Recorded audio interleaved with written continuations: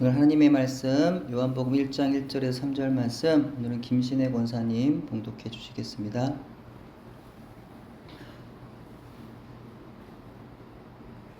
태초에 말씀이 계시니라. 이 말씀이 하나님과 함께 계셨으니 이 말씀은 곧 하나님이시니라. 그가 태초에 하나님과 함께 계셨고 만물이 그로 말미암아 지은 바 되었으니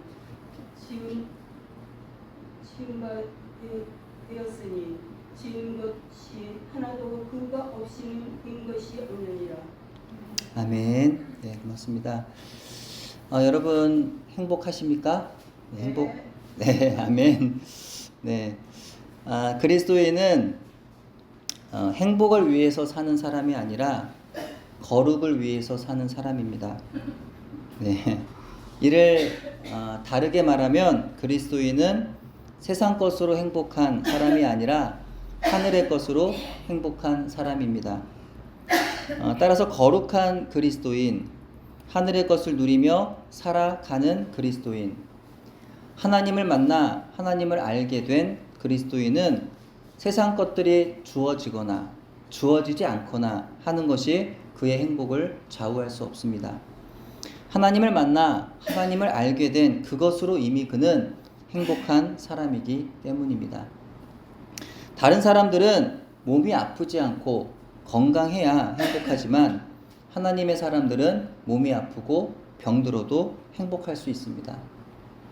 다른 사람들은 돈이 많아야 한 10억 아니 한 100억 은 있어야 행복하지만 예수 그리스도의 십자가 복음을 가지고 살아가는 사람은 수중에 단돈 10만 원이 없어도 행복할 수 있습니다. 다른 사람들은요, 사람의 인정과 사랑을 많이 받아야 행복하지만 예수님의 사람들은 하나님 사랑을 받고 있다는 그 사실만으로도 행복할 수 있습니다.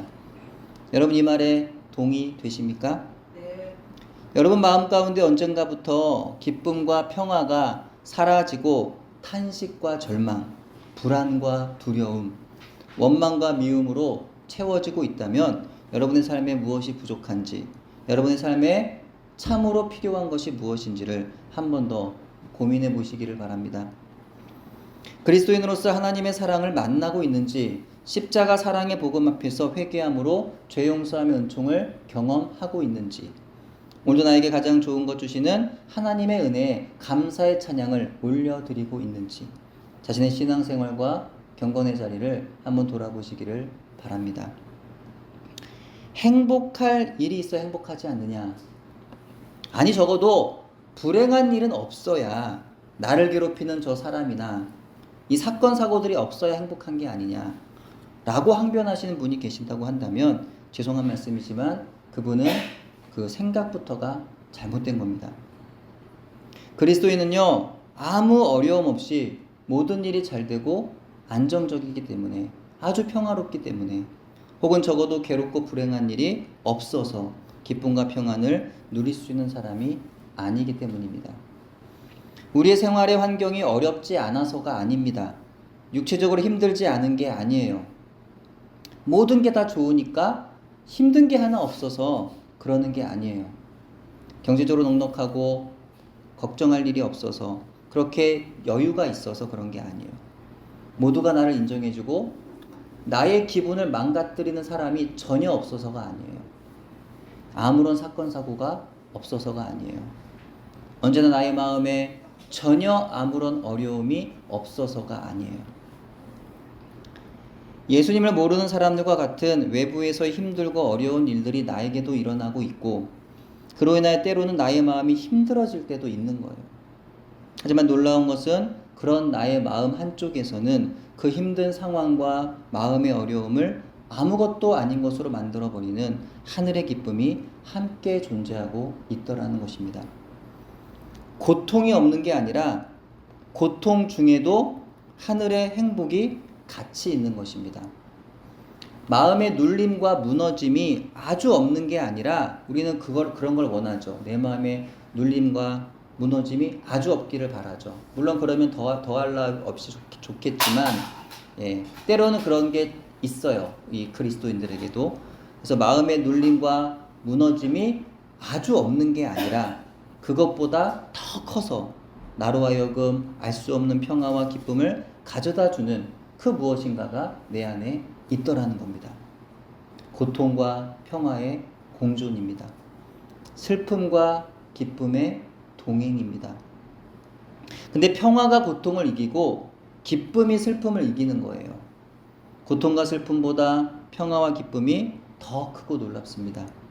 이전엔 더 크게 다가오던 내 삶의 고통과 슬픔이 예수 그리스도의 사랑 안에, 하나님의 크신 은혜 안에서 이제는 평화와 기쁨이 더 크게 나의 마음과 삶을 사로잡더라는 겁니다. 어떤 상황에서도 하나님의 은혜와 기쁨이 내 삶 가운데 만끽되는 놀라운 삶을 경험하게 되더라는 거예요. 하지만 우리가 때때로 이 은혜를 잃어버리죠. 마치 복음을 알지 못한 사람들처럼 우리가 살 때가 있습니다. 그 이유는 무엇일까요? 내가 날마다 하나님을 말하고 있고 성경도 읽고 있고 예수님의 이름으로 기도하고 있는데 왜 그러면서도 기쁨을 알지 못하고 살아가는 그 이유는 무엇일까요? 그것은요, 하나님 말씀을 읽지 않아서입니다. 하나님 말씀을 읽어도 형식적으로 피상적으로 읽기 때문입니다. 말씀 앞에 겸손히 자신의 죄를 인정하고 고백하지 않기 때문이며 말씀 앞에서 마음을 돌이키고 습관을 돌이키고 행동을 돌이키지 않기 때문입니다. 말씀을 읽으면서도 여전히 나를 부인할 수가 없어서 내가 좋아하는 말씀은 아멘인데 내가 싫어하고 부담스러운 말씀은 외면하는 거예요. 또 내가 이성적으로 받아들일 수 없는 말씀은 싫은 거예요. 아멘이 안 되는 거예요. 또 말씀을 읽으면서도 여전히 하나님의 은혜보다 내 슬픔이 더 크고 말씀을 읽으면서도 여전히 예수님의 십자가 앞에서 내 죄보다 나를 괴롭히는 저 사람의 죄가 더 크고 그래서 말씀을 읽으면서도 여전히 용서하지 못하는 매일의 삶이 계속되고 있으니 이런 마음의 상태로 어떻게 하나님을 바라보며 어떻게 하나님의 은혜를 누릴 수가 있겠습니까? 말씀을 통해서 참으로 하나님을 만나고 참으로 예수님이 그리스도로 고백되어야 하는데 그 사건이 나의 마음 가운데 자주 일어나질 않기 때문에 하나님의 은혜가 경험되지를 못하더라는 겁니다. 화면 한 장 넘겨주세요. 화면에 보시면은 느헤미야 시대 예루살렘 성벽과 현재 예루살렘 성벽을 보실 수가 있습니다. 보라색 부분이 느헤미야 시대 예루살렘 성벽이고요. 붉은색 굵은 선으로 표시된 그 부분이 16세기에 만들어진 현재 예루살렘 성벽입니다. 여기서 오른쪽 하단에 보시면은 거기에 수문이 있어요. 그래서 느헤미야 8장에 보시면 하나님 말씀을 통해서 어떤 역사가 일어났는지 아주 잘 묘사가 되고 있습니다.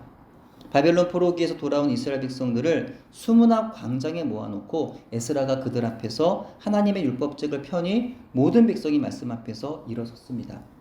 에스라가 위대하신 하나님을 송축하니 모든 백성이 아멘 아멘 응답하며 몸을 굽혀 얼굴을 땅에 대고 여호와께 경배했습니다.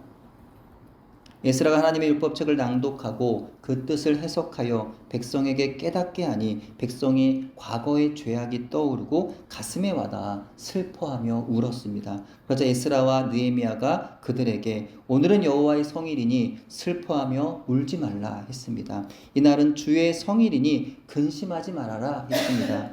그러자 느헤미야 8장 12절에 이르러 이스라엘 백성들의 즐거워하는 모습을 보게 됩니다. 예루살렘 성벽 공사가 성공적으로 끝나서가 아니라 에스라와 느헤미야의 권면대로 여호와의 성일이었기 때문이 아니라 그 두 지도자가 즐거워해라 해서 즐거워했던 것이 아니라 바로 에스라가 들려준 말씀으로 인해서 무엇이요? 말씀으로 인해서 그들이 크게 즐거워하게 되었다는 겁니다. 느헤미야 8장 12절 같이 읽어요. 시작. 모든 백성이 곧 가서 먹고 마시며 나누어 주고 크게 즐거워하니 이는 그들이 읽어 들려준 말을 밝히 암이라. 아멘. 그래서 우리말 성경으로 이렇습니다. 그리하여 온 백성들이 가서 먹고 마시고 먹을 것을 나눠주며 큰 잔치를 벌였습니다. 자기들이 들은 말씀을 이제 깨달았기 때문입니다. 하나님의 백성은요, 하나님 말씀이 들려지는 곳에서 즐거워할 수 있습니다. 행복할 수 있습니다. 그리스도의 행복은요, 다른 데 있지 않다는 거예요. 자꾸 다른 데서 찾으니까 행복할 수 없는 겁니다. 그리스도인의 즐거움은 오직 하나님의 말씀을 듣고 깨달을 때 얻게 됩니다. 그리스도인의 행복은 하나님 말씀을 듣고 그 말씀을 깨달아 나의 죄를 회개함으로 하나님을 제대로 만난 사람들이 누릴 수 있는 것입니다. 그럼 우리는 반드시 하나님 말씀을 통해서 하나님을 만나고 하나님을 알아야 한다는 것이에요. 그렇다면 말씀 속에서 우리가 만나게 되는 하나님은 어떤 분일까요? 여러분이 믿는 하나님은 어떤 분이십니까? 여러분 성경을 통해서 깨달아 알게 된 하나님은 어떤 분이십니까? 누구신가요? 하나님이 누구신가 하는 것에 대해서 나누려면 한두 시간은 너무 부족합니다. 그죠? 예. 거의 뭐 부흥회를 하지 않는 한은, 뭐 사경회를 하지 않는 한 3, 40분, 1시간으로는 부족해요. 예. 하나님에 대한 많은 분들의 이해는 대체적으로 엄격하다는 겁니다. 예. 하나님은 엄격하다, 완고하시다. 예. 아무리 내가 기도해도 마음을 바꾸지 않으시는 분이다. 예. 이것이 일반적인 하나님에 대한 이해입니다. 아버지로 비유하면 절대 자기 생각을 바꾸지 않는 아버지예요. 자녀들의 말이 아무리 옳아도 자기 고집대로 끝까지 끌고 가는 완고한 아버지입니다. 또 이것이 이스라엘 백성들의 하나님에 대한 전통적인 이해였어요. 하지만 하나님은요, 그런 분이 아니시죠. 항상 자녀들의 말에 귀를 기울이시고 자녀들의 고민, 작은 신음에도 반응하시는 분이 바로 우리의 하나님 아버지십니다. 자녀들이 기도할 때 그들의 기도가 비록 하나님의 뜻과 반대될지라도 때로는 마음을 바꾸기도 하시는 분이 바로 하나님 아버지십니다. 네, 동의하세요? 예. 우리는 보통 하나님께 기도할 때 이제 성숙한 성도는 하나님 앞에 기도할 때 내 뜻대로가 아니라 하나님의 뜻대로 기도하잖아요. 그쵸? 근데 때로 하나님은 그러나 그럼에도 불구하고 하나님의 뜻에 맞지 않는 내가 기도를 할지라도 때로는 마음을 바꾸신다는 거예요. 이를테면 사랑하는 아버지가 자녀들을 위해서 가끔은 마음을 바꾸시는 것처럼 하나님도 그러신다는 거예요. 언제나 우리를 사랑하셔서 가장 좋은 것 주시기를 기뻐하시는 분이 바로 하나님 아버지십니다. 근데 여기서 많은 경우 우리가 생각하는 좋은 것과 하나님이 생각하는 좋은 것이 다를 수 있지만 우리는 하나님의 사랑하심과 신실하심을 믿음으로 언제나 하나님께서 나에게 가장 좋은 것 주신다는 것을 믿어야 한다는 겁니다. 가정에서 일반적으로 아버지는요, 사랑을 잘 표현하지 못합니다. 예. 남자들이 되게 그렇죠. 예. 안 그러시는 분들도 간혹 있는데 거의 대부분이 일반적으로 그렇습니다. 예. 자주 안아준다거나 자주 웃어준다거나 자주 사랑한다고 말하지 못해요. 하지만 아버지는 자녀들을 위해서 열심히 일합니다. 자녀들을 사랑하기 때문에 밖에서 어떤 자존심이 상하고 화가 치밀어 오르고 아주 힘든 일들을 만날지라도 묵묵히 다 참아냅니다. 왜요? 자녀들을 사랑하기 때문에. 사회생활을 통해 가정경제를 책임져야 되기 때문에 자주 자녀들과 시간을 함께 하지는 못하더라도 그렇게 자기 할 일을 감당함으로 자녀들에 대한 혹은 가족들에 대한 사랑을 나타내는 거죠. 근데 아버지의 그 사랑을 알지 못한 자녀는 아버지가 자기를 사랑하지 않는다고 불평합니다. 그럴 때마다 아버지는 아니야, 난 너를 사랑해 라고 말하지만 자녀는 그 말을 믿지 않아요. 왜냐면 아버지 사랑을 별로 경험하지 못했기 때문에 자기는. 그래서 아버지가 자기를 사랑해서 얼마나 많은 수고와 희생을 하고 있는지 알지 못하기 때문입니다. 이와 같은 아버지의 사랑은요, 마치 하나님의 사랑과 비견될 수 있을 것 같아요. 하나님 아버지는 우리를 위해서 얼마나 많은 일을 하십니까? 예, 우리를 사랑하심으로 온 세상을 만들어 주셨어요. 그렇죠? 우리를 위해서 모든 걸 아낌없이 주시지 않으셨습니까? 하지만 우리는 하나님 아버지 사랑을 잘 알지 못해요. 마치 육신의 아버지처럼 하나님 아버지 사랑이 잘 느껴지지를 않기 때문입니다. 심지어 하나님은 우리에게 수없이 사랑한다. 내가 너를 사랑한다. 두려워 말라. 놀라지 말라. 내가 지켜줄 거야. 내가 너무너무 내가 너를 사랑해. 계속 말씀하지만 어때요? 우리는 그 말씀을 우리는 육을 이루고 있고 하나님은 영을 이루고 계시기 때문에 아무리 하나님 말씀하셔도 잘 듣지를 못한다는 거예요. 그래서 말라기에 보시면은 이스라엘 백성들 하나님께 말하기를 언제 당시 우리를 사랑하셨습니까? 라고 반문하는 그런 구절이 나옵니다. 말라기 1장 2절입니다. 여호와께서 이르시되 내가 너희를 사랑하였노라 하나 너희는 이르기를 주께서 어떻게 우리를 사랑하셨나이까 하는지라. 하나님 편에서는 아주 답답한 거예요. 얼마나 더 그들을 사랑한다고 내가 말해야 되는지, 얼마나 더 그들에게 사랑의 행동을 해야지 그들이 하나님의 사랑을 인정할까요? 어떻게 하면 그들이 하나님의 사랑을 깨달아 알고 하나님께로 돌이킬 수가 있을까요? 결국 하나님은 첫사람인 아담에게 하셨던 약속을 그들에게 이루심으로 그들을 향한 사랑을 똑똑히 보이십니다. 바로 하나님이신 그분이 하나뿐인 아들을 주신 거예요. 하나님이시면서 또 아들이신 예수님께서 육체를 입고 이 세상에 오신 거예요. 그래서 하나님은 자신의 사랑을 보이셨을 뿐만이 아니라 하나님의 본체이기도 하신 예수님을 통하여 하나님 아버지가 어떤 분이신지를 그분의 백성들에게 똑똑히 알게 하셨던 것입니다. 바로 그 말씀이 신약의 첫 4권인 사복음서에 담겨 있습니다. 사복음서 가운데 마태복음과 마가복음과 누가복음은 공감복음이라고 하여서 예수님의 출생과 공생의 기간 행하신 이적과 가르침, 또 제자들을 부르시고 함께하심, 그리고 십자가에서 죽으심과 부활, 그리고 승천에 이르기까지 기록하고 있습니다. 다음 면에 보시면은 이제 사복음서가 어떻게 이루어져 있는지 간단하게 나와져 있어요. 이 복음서들의 연대는요 정확하지가 않습니다. 책들마다 다르고 학자들마다 달라요. 그래서 참고하시면 됩니다. 꼭 이것이 정확하다, 왜 여기서 다르게 말하지, 이렇게 고민하지 않으셔도 되고 그냥 참고하시면 돼요. 마태복음은 주 70년경 유대인 독자들을 위해서 기록된 것으로서 구약의 이야기와 신약의 이야기를 연결시키는 다리 역할을 합니다. 마태복음은 유대인들을 대상으로 기록되었어요. 때문에 예수님이 바로 그들이 그토록 기다리던 그 약속된 메시아, 약속된 왕이라는 유대인의 왕이라는 사실을 기록하고 있습니다. 다만 그들이 원하던 정복자이자 정치적인 해방자로서의 메시아는 아니었어요. 로마 치하에서 고통받던 그들을 정치적으로 해방해줄 그런 왕은 아니었어요. 구약에 예언된 대로 나귀를 타고 오시는 분, 그래서 구속의 죽음으로, 십자가의 죽음으로 인류를 구원하시는 겸손과 평화의 왕으로 설명하고 있습니다. 마가복음은 사복음서 가운데 가장 먼저 기록된 성경으로 주후 50년대 초에 또는 그보다 약 15년 후에 기록된 것으로 보고 있습니다. 저자 마가는 당시 로마 제국의 박해를 받던 그리스도인들을 격려하고 싶었기 때문에 예수님도 그들처럼 고난받는 종이셨음을 교훈해주고 있습니다. 따라서 마가복음에서 예수님은 순종과 희생의 종으로 나타나고 있습니다. 누가복음은 주후 59년에서 63년 사이에 기록된 것으로 추정됩니다. 누가복음의 가장 큰 특징은 저자가 이방인 의사였다는 사실이에요.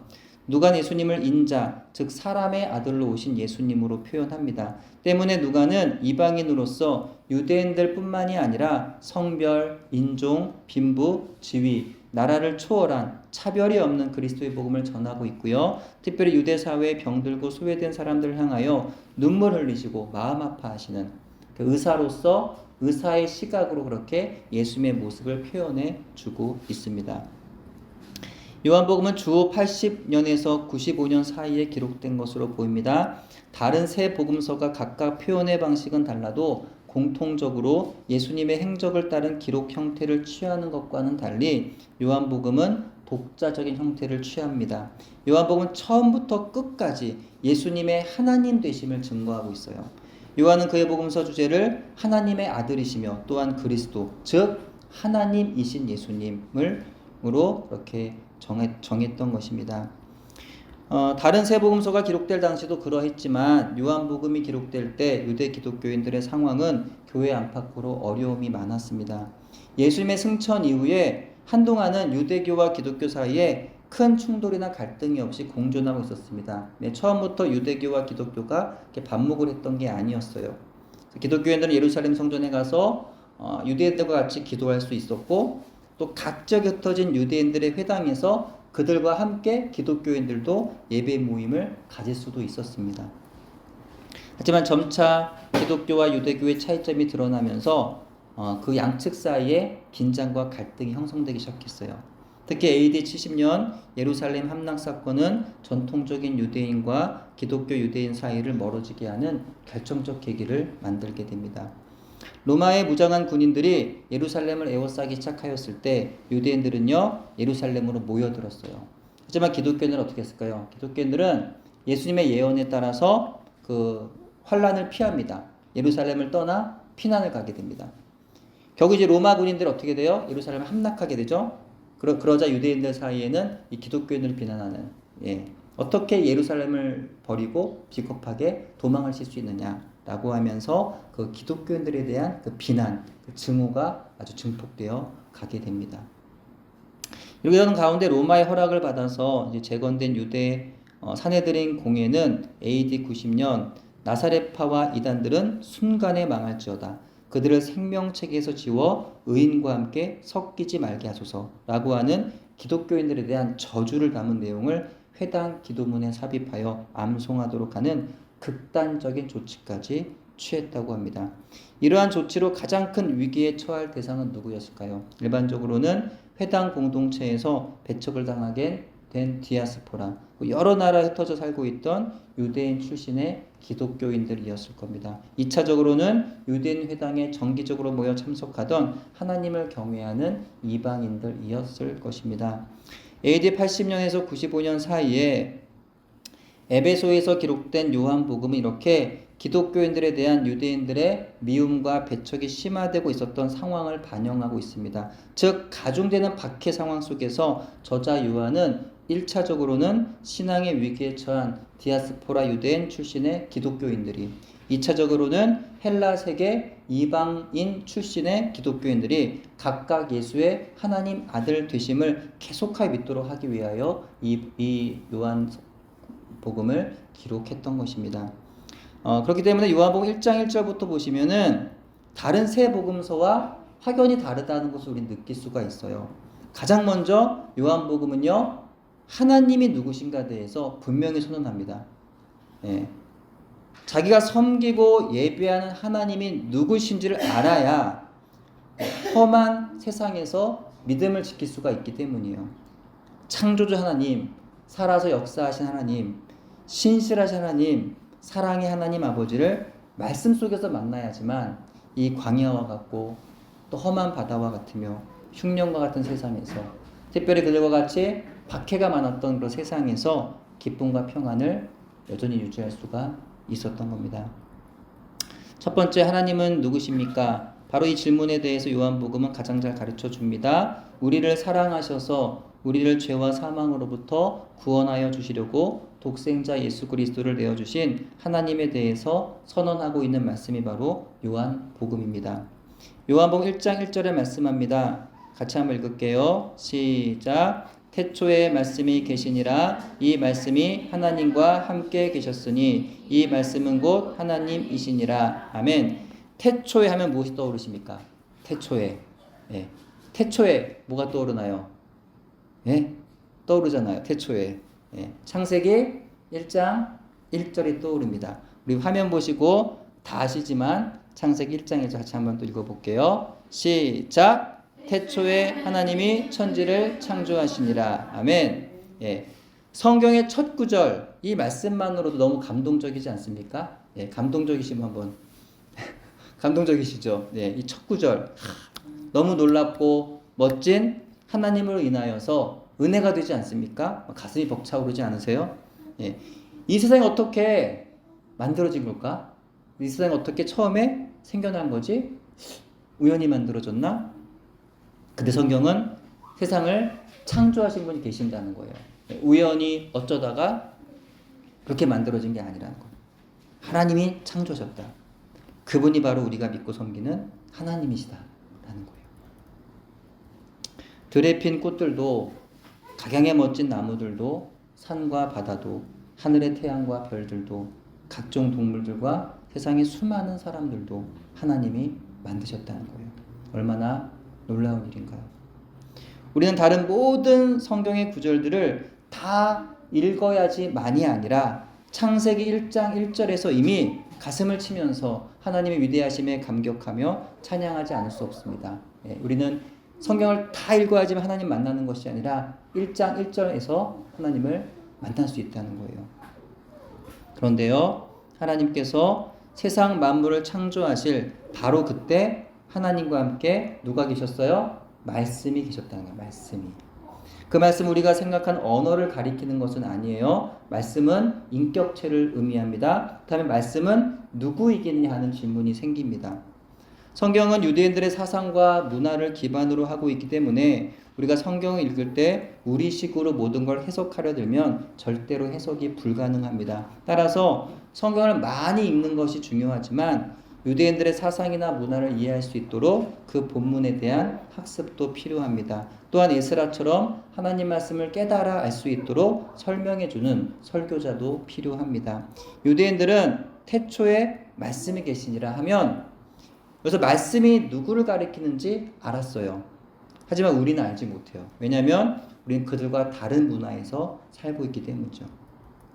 그렇다면 여기서 말씀은 누구를 가리키는 걸까? 말씀이라는 의미의 헬라어 로고스라는 용어를 유대인들은 하나님과 관련하여 사용합니다.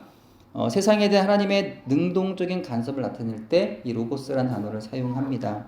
요한은 여기서 하나님이 만물을 창조하실 때 바라신 그 로고스를 인격체로 사용하여서 예수 그리스도와 연결시켰던 거예요. 이런 의미에서 예수님은 태초에 하나님과 말씀으로서 함께 계셔서 하나님과 함께 창조사역에 동참하셨다는 것입니다. 요한복음 1장 2절 3절 함께 읽을까요? 시작. 그가 태초에 하나님과 함께 계셨고 만물이 그로 말미암아 지은 바 되었으니 지은 것이 하나도 그가 없이는 된 것이 없느니라. 아멘. 여기서 우리는요 삼위일체 하나님 만날 수 있습니다. 성령님은 이렇게 드러나 있지 않지만 예수님을 말하고 있죠. 사도 요한이 가르치고 있는 하나님은 창조주 하나님이신데 그 하나님은 아들과 함께 만물을 지으신 삼위일체 하나님이시라는 겁니다. 그것이 바로 기독교가 전하는 하나님입니다. 유대교와 이슬람교와 이단들은 기독교와는 달리 삼위일체 하나님을 부정합니다. 예수의 하나님의 아들 되심을 인정하지 않아요. 또 그들은 예수님을 믿음으로 인하여 구원받는다고도 말하지 않습니다. 그들은 행위로 구원받는다고 말을 하죠. 또 이 부분에서 기독교와 유사종교 혹은 이단이 구분이 됩니다. 둘째, 하나님은 누구십니까? 그 대답은 바로 우리가 예배 때마다 고백하는 사도신경의 가장 첫 번째 5마디에 매우 잘 담겨 있습니다. 다음 화면이요. 전능하사 천지를 만드신 하나님 아버지. 사도신경은 크고 놀라우신 하나님을요 3단어로 가르치고 있어요. 하나님은 전능자이시고 창조주이시며 아버지십니다. 때문에 우리는 어떤 하나님을 믿느냐? 바로 전능하사 천지를 만드신 창조주 하나님을 믿는 겁니다. 그 하나님 바로 우리의 아버지심을 믿는 겁니다. 다음 화면. 셋째로 그 하나님 아버지는요 우리를 사랑하십니다. 얼마나 사랑하시나요? 독생자를 내어주실 만큼. 하나님께 있어서 가장 귀한 하나뿐인 아들의 생명을 내어주실 만큼 그렇게 우리를 사랑하신다는 거예요. 그렇다면 하나님께서 우리를 위해 주시는 것들 가운데 좋지 않은 것이 있을까요? 우리를 그토록 사랑하시는 하나님이 우리에게 과연 나쁜 거 주실 리가 있겠습니까? 예수님은 마태복음 6장 25절 26절에서 이렇게 말씀하셨습니다. 그러므로 내가 너에게 이르노니 목숨을 위하여 무엇을 먹을까 무엇을 마실까 몸을 위하여 무엇을 입을까 염려하지 말라. 목숨이 음식보다 중하지 아니하며 몸이 의복보다 중하지 아니하냐. 공중의 새를 보라. 심지도 않고 거두지도 않고 창고에 모아 들이지도 아니하되 너희 하늘 아버지께서 기르시나니 너희는 이것들보다 귀하지 아니하냐. 아멘. 창조주 하나님, 전능자 하나님, 아버지 하나님이 공중의 새들도 다 돌보신다는 거예요. 근데 어찌하여서 그 새들보다 귀한 너희를 하나님이 돌보지 아니하시겠느냐? 뭐예요? 돌보신다는 거잖아요. 그죠? 그러므로 염려하지 말아라. 예. 염려하지 말아라 하고 그냥 끝이 아니라 돌보시겠다는 거예요. 그렇죠? 다음하면 마태복음 7장 9절부터 11절 같이 읽어요. 시작. 너희 중에 누가 아들이 떡을 달라 하는데 돌을 주며 생선을 달라 하는데 뱀을 줄 사람이 있겠느냐? 너희가 악한 자라도 좋은 것으로 자식에게 줄 줄 알거든. 하물며 하늘에 계신 너희 아버지께서 구하는 자에게 좋은 것으로 주시지 않겠느냐? 아멘. 그렇기 때문에 염려하지 말라는 겁니다. 염려하지 말고 구하라는 겁니다. 그러면 주시겠다는 거예요. 두려워하지 말라는 겁니다. 근데 왜 두려워하십니까? 왜 염려하십니까? 왜 절망하십니까? 왜 불안해하십니까? 왜 행복하지 않고 왜 평안해하지를 않으십니까? 우리가 오늘 찬양했던 것처럼 위대하고 강하신 주님을 늘 찬양하며 기쁨으로 살았으면 좋겠습니다.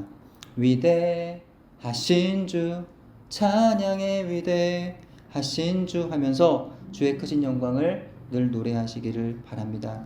우리 입술에 크신 하나님을 향한 찬양, 그분의 나를 향하신 사랑의 노래가 항상 있었으면 좋겠습니다. 정말 우리가 그렇게 살아간다면 얼마나 행복한 인생이 될까요?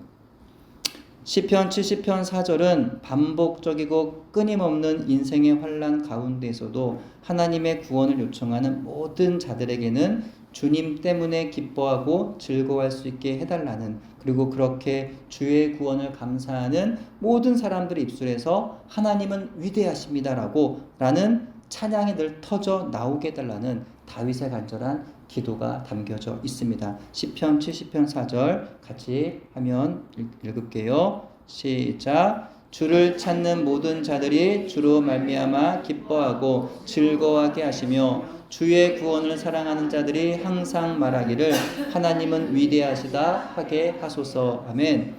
창조주 하나님, 삼위일체의 하나님, 전능하사 천지를 만드신 하나님 아버지, 우리를 사랑하셔서 아들도 내어주신 사랑의 하나님, 그 크고 위대하신 하나님을 신뢰함으로 인하여 우리 삶의 상황과 형편이 어떠하든지 간에 늘 감사와 기쁨의 찬양을 하면서 담대함과 평안함의 은혜를 누리고 나누며 살아가는 저와 여러분 되시기를 주님의 이름으로 축원합니다. 아멘. 거룩하신 하나님, 전능하신 하나님, 창조주 하나님, 사랑의 아버지 하나님, 우리를 위해서 독생자도 아끼지 않고 내어주신 하나님, 그 하나님의 사랑을 저희들 만나기를 소원합니다. 그 하나님의 사랑을 더 알기를 원합니다. 그 사랑 앞에서 날마다 감사하며 기뻐함으로 찬양하는 우리의 입술이 되기를 간절히 소원합니다. 날마다 매 순간 그 은혜 속에 거함으로 세상에 어떤 고통과 슬픔과 어려운 상황들이 몰려올지라도 늘 하늘의 기쁨과 평화로 살아가도록 인도하시고 그 은혜를 세상 가운데 전하는 자로 살아가게 하옵소서. 예수님의 이름으로 기도합니다. 아멘.